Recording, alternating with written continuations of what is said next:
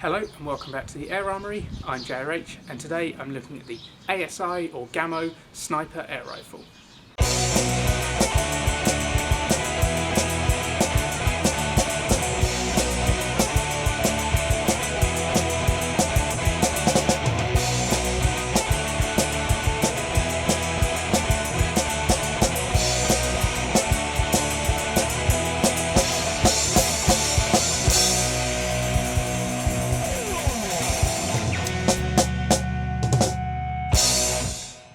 Although this gun is known as the ASI Sniper, it's not actually made by ASI, it is in fact made by Gamo, which I alluded to in the introduction to the video. So Gamo, or to give them their proper name, Industrias el-gamo, are one of the biggest manufacturers of air guns and related products in Europe, and they are based in Barcelona in Spain. The company was originally founded in 1889 as a manufacturer of lead products, but the company as we know it today with its current name was established in the late 1950s, and they began making air guns in 1961. Now these guns were first introduced to the UK in I believe either the late 60s or early 70s, and were marketed as el-gamo rather than just Gamo as they are today, although a lot of these earlier guns were sold in the UK under the ASI brand name, and this gun is from that era. ASI, which stands for Anglo-Spanish Imports, are a British company founded in 1958 by brothers Peter and Andrew King and are based in Suffolk, and they are an importer and distributor of Spanish guns into the UK. They started with shotguns but later added other things to their catalogue, including air guns. And in terms of air guns, they are best known for importing Gamo, in particular the ASI Paratrooper, which was the Gamo 68 and Gamatic air rifles. And as part of their importation and distribution agreement with Gamo, they rebranded the guns with their own name and model designation, similar to how Chinese guns are rebranded and sold as SMK amongst other things today. Now in terms of this particular model, the ASI Sniper, the general consensus is that the base model is the Gamo Expo, but I will put a caveat in here. Now the Gamo Expo was definitely sold as the ASI Sniper in the UK, and I have seen guns that say both ASI Sniper and Gamo Expo on them, but this particular rifle isn't marked Expo and does have a number of differences compared to all of the other Expos I've seen, namely with regard to the stock sights and markings. Now I suspect one of two things happened. Either the Expo underwent a number of changes during its production, or that once ASI had established their Sniper model name, they indiscriminately stuck a Sniper sticker on a variety of different Gamo guns that they imported. Now I haven't seen enough Snipers or Expos to know which is the case, but I have seen a few other ASI guns, and I do think that they rebranded a number of different guns as their generic model names. If this isn't a Expo, then I'm not sure which Gamo model it is, but if you know, put a comment below. So for the purpose of this video, I'm just going to refer to this as the ASI Sniper, which was made in Spain by Gamo from the late 60s to the late 80s, or possibly even the early 90s. So let's take a closer look at the ASI Sniper air rifle.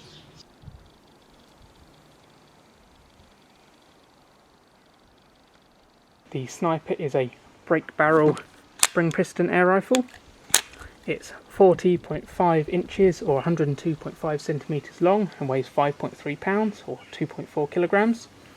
It has a 17.5 inch or 45 centimetre long rifled barrel. This one is in 22 calibre, but it was also available in 177. You can see all of the metalwork is nicely blued steel. It has a small hole in the top of the main cylinder here for oil to help with maintenance. It has an ambidextrous hardwood sporter style stock. It has quite sharp lines and corners on the fore end, which is quite common for Gamo rifles of the time, and it also has some nice finger grooves to add grip, although I have seen this version of the stock without those finger grooves. Now I'm not sure if this is the original finish or not. I suspect not, based on the colouring in these finger grooves and underneath the stock, which I'll show you in a minute. In terms of hardware, it has a chunky plastic trigger guard, plastic end cap and plastic butt pad, which has a nice Gamo logo moulded into it. Now, as I said in the introduction, most of the ASI snipers I've seen are Gamo Expos and therefore have a stock like this. This one isn't actually from an Expo, this is from an Expo-matic, which is essentially a repeating version of the Expo. That being said, the stock on this sniper is original and correct, and I can confirm that by showing you Dennis Hiller's A Collector's Guide to Air Rifles book, which does show the sniper with this stock. So I'm now going to remove the stock to show you what's going on under there.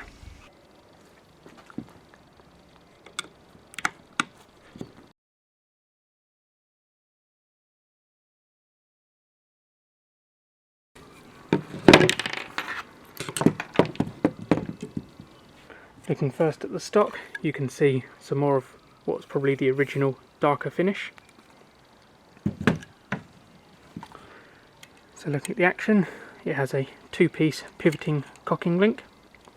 And then moving back to the trigger, it has quite a basic single-stage non-adjustable trigger with a somewhat flimsy looking straight wire spring behind it for tension. And then the trigger is pinned to the sear. So when the trigger is pulled, it levers the sear down. Now, I don't often give too many of my own kind of personal opinions on some of the guns. I try to stay objective, but this trigger may be the worst trigger I've ever used. It's terrible. It has a bit of creep, but the problem is that it's very, very heavy trigger pull, to the point that it actually hurts your finger after a couple of shots, and it's near impossible to hold the gun on target whilst putting enough force into the trigger to fire it. That combined with a somewhat harsh firing cycle make it a very unpleasant gun to shoot. The trigger also feels very flimsy and low quality by how wobbly it is. Now, it doesn't seem too bad like this, but when the stock is on, you can see just how bad it is. That being said, I have here a review of this version of the ASI Sniper from an old edition of Airgun World magazine, which actually talks about how excellent the trigger is. So that reviewer obviously had a different experience to me, but that article does state that the trigger is adjustable. But the trigger on this particular gun is definitely not adjustable, so I wonder whether the one on test had a slightly different trigger unit in it to this one, which may also explain why they thought it was quite good. And the Sniper, or this version at least, doesn't have a safety of any kind. Looking at the sights, the front sight is an all-metal hooded blade, and that is removable. Now, I won't take the whole thing off, but I will show you just how you take it off. First of all, you remove this screw in the side, which allows you to slide the sight hood off. Then slide the blade out, and then this piece will just slide off the end of the barrel. The front sight on the Gamo Expo ASI Snipers is similar to this, but the sight base is a lot more square with flat sides. The rear sight is essentially a flat spring with a cast metal sight base at the back of it. These sights would change to plastic on later Gamo guns. It's adjustable for elevation using this wheel on the top, and windage using this wheel on the side, which slides this metal notch from side to side. Both of those adjustment wheels have nice clear numbers on them. I should point out that this white bit in the middle is not original to the gun. I had to put some plumber's tape around the threaded post for the elevation adjustment, as the thread on the inside of that elevation wheel is quite worn. Now, overall, I'd say that whilst the sights aren't the absolute best, they are certainly usable, and in terms of quality, I'd say they're probably the best I've seen on a Gamo rifle. And if you don't want to use the open sights, it does have a standard 11mm dovetail rail for mounting a scope. In terms of markings, if we first look at the top of the main cylinder, we have high power ASI Sniper micro accuracy. Now, that is the only ASI branding on the gun, and essentially just a sticker stuck on. We then have made in Spain by el-gamo. Notice the use of L and the original deer head logo. Then on the left side of the barrel we have the caliber, Cal 22, and the serial number 422468. Unfortunately I don't have any information on how many were made or what the serial number range was. And then lastly there's a small gamo logo stamped into the rear sight, and that gamo or el-gamo name and logo moulded into the butt plate. Now, as mentioned in the introduction to the video, this gun doesn't have the original gamo model marking on it anywhere, unless it's underneath this ASI sticker. But the Gamo Expo versions of the Sniper did have Mod Expo stamped on the left hand side of the barrel, along with the caliber and serial number. So I'm now going to test the rifle. I'm first going to test the accuracy by firing 10 of these 14.3 grain BSA Pylum No. 2 pellets at one of these 14 centimetre square targets at a distance of around 12 metres.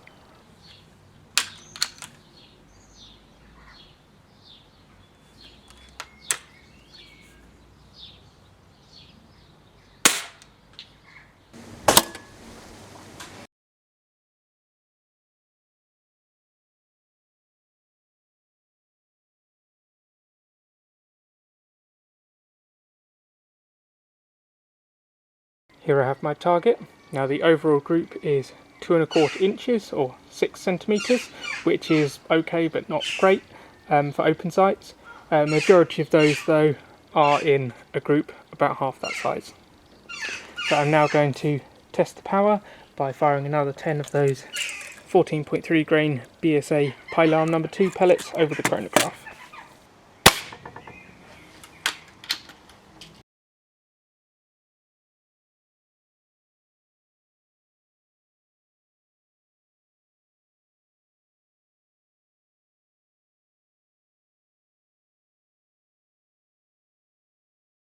Here I have my chronograph test sheet, and I've already done all of my calculations.